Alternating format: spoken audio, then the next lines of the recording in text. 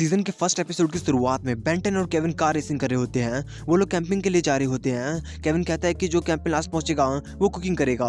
ये सुनते ही बेंटन और केविन दोनों अपने कार्स को स्पीड कर लेते हैं। तभी उन दोनों की गाड़ी के आगे एक स्पेसशिप लैंड होता है। वो तीनों उतर के उस स्पेसशिप के पास पहुंच जाते हैं। तभी वो स्पेसशिप भी खुल जाता है और उसके अंदर से एक बड़ा सा कैप्सूल निकलता है। उस कैप्सूल के बारे में जानने के लिए ग्वेन उससे छूती है। तभी उसे एक जोर से करंट लगता है। वो कैप्सूल खुलता है और उसके अंदर एक लड़की होती है जो पूरी तरह न्यूड होती है। एपिसोड में आगे बढ़ने से पहले एक छोटा सा क्वेश्चन, आपको बेंटन का कौन सा लुक मस्त लगता है? प्लास्टिक वाला, अल्टीमेट वाला, ओमनीवर्स वाला या फिर रिबूट वाला? चैट सेक्शन में लिख देना और हमें इंस्टाग्राम पे फॉलो करना बिल्कुल भी मत भूलना। मैं उस पर भी कोशिश करता हूँ कि अच्छा सा कंटेंट डालूं। एक बार चेकआउट जरूर कर लेना, लिंक डिस्क्रिप्शन में है। अब बेंटन के एक और गर्लफ्रेंड से मिलते हुए एपिसोड को आगे बढ़ाते हैं।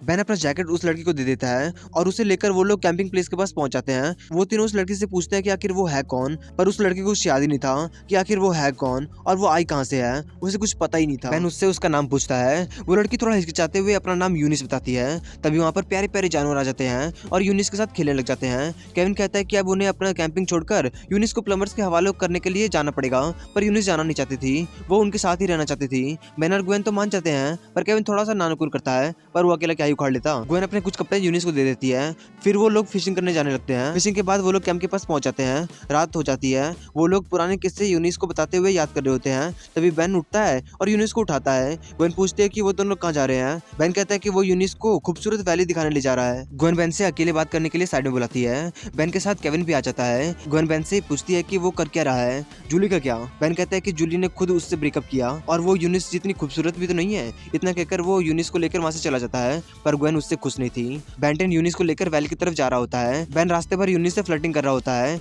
यूनिस को भी अच्छा लग रहा होता है। तभी बेन वैली का रास्ता भूल जाता है, इसलिए रास्ता देखने के लिए वो यूनिस को नीचे छोड़कर पहाड़ पर चढ़ जाता है। वो डायरेक्शन देख ही रहा होता है कि पहाड़ के नीचे यूनिस पर एक बड़ा सा भालू अटैक कर देता है। यूनिस बुरी तरह डर जाती है। बेन जल्दी से आर्मड्रिलो एरिया में ट्रांसफॉर्म हो जाता है और पहाड़ को छेद करते हुए यूनिस के पास पहुंच जाता है। आर्मड्रिलो नीचे का नजारा देखकर हैरान हो जाता है। भालू यूनिस पर अटैक नहीं कर रहा होता है, बल्कि यूनिस भालू के साथ खेल रही होती है। आर्मड्रिलो फिर से बेन में बदल जाता है और यूनिस से पूछता है कि उसने ऐसा कैसे किया।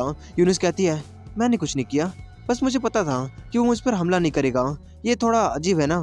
बेन कहता है, जब मैं 10 फुट लंबा एलियन बना था तब तुम्हें अजीब नहीं लगा? यूनिस कहती है, मुझे लगा तुम मुझे बाद में बता दोगे। बेन उसकी बात मान जाता है और उसे पीछे आने को कहता है। तभी हमें यूनिस की पावर को दिखाते हैं। यूनिस अपने पावर से पत्थर के चट्टान को साइड करके आगे बढ़ जाती है। तभी हमें दूसरी तरफ स्पेसशिप के पास सैंडर को दिखाते हैं, वही जिसने बेंटन का हाथ काटा था। एपिसोड का लिंक डिस्क्रिप्शन में है, जाकर देखना है तो देख लो। उसका मशीन यूनिस का लोकेशन वहीं पे दिखा रहा होता है, पर वो वहाँ पे नहीं थी। तभी उसे बेन और केविन के कार का पहियों के निशान नजर आते हैं। उधर बेन और यूनिस वैली के पास पहुंचने वाले होते हैं। तभी यूनिस को वहाँ पर सुंदर सुंदर फूल दिखाई देते हैं और खरगोश भी। यूनिस खरगोश के साथ खेलने लग जाती है और बेन से खरगोश को छूने को कहती है। बेन खरगोश को छूने के बहाने यूनिस का हाथ छू लेता है।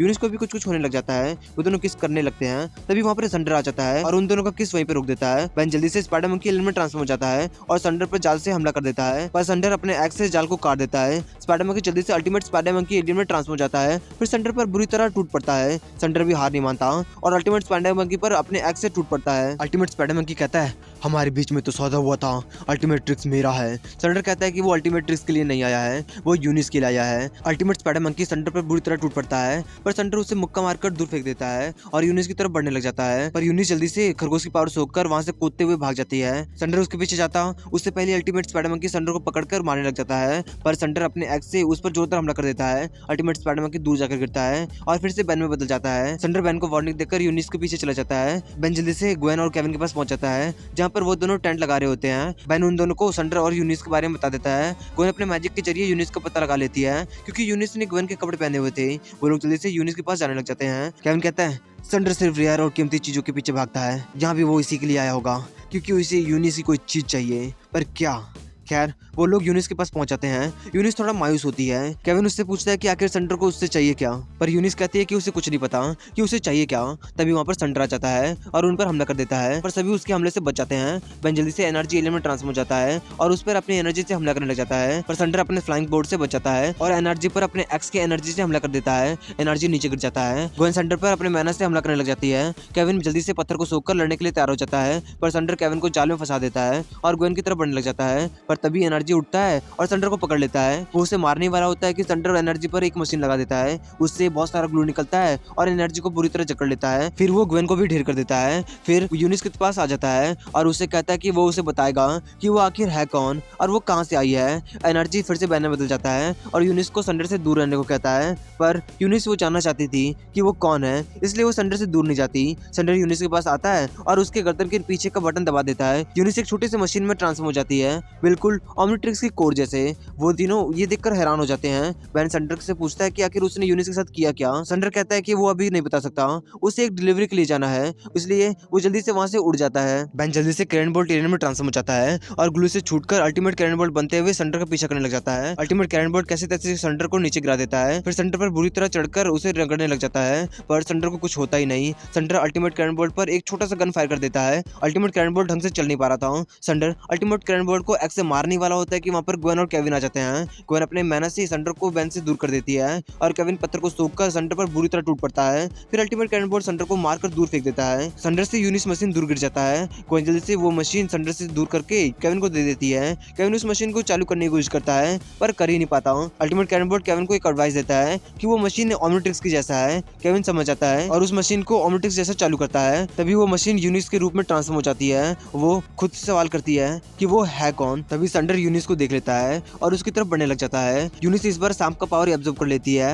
और सैंडर के हमलों से बचते हुए उससे बुरी तरह जकड़ लेती है। फिर उससे पूछती है कि आखिर वो है कौन और वो कहाँ से आई है और उसके पेरेंट्स कौन है। पर सैंडर कहता है कि उसके कोई पेरेंट्स नहीं है, वो एक मशीन है। पर यूनिस उसकी बात नहीं सुनती और उसे दूर पटक देती है। सभी के सभी सैंडर को पकड़ लेते हैं। तभी वहाँ पर एजमत आ जाते हैं। एजमत को देखकर अल्टीमेट कैरन बोल्ट फिर से बैन में बदल जाता है और एजमत से पूछता है कि आखिर वो वहाँ पर कर क्या रहे हैं। एजमत कहते हैं, एक छोटा सा मामला निपटाने आया हूँ जो मेरा असिस्टेंट आसानी से संभाल सकता था। सैंडर एजमत से माफी मांगता है। एजमत उन्हें बताते हैं कि उस मशीन का नाम यूनिट्रिक्स है। मैंने शुरू में ही सोचा था कि हर नस्ल के डीएनए स्टोर करने के लिए सेपरेट डिवाइस यूज करूंगा।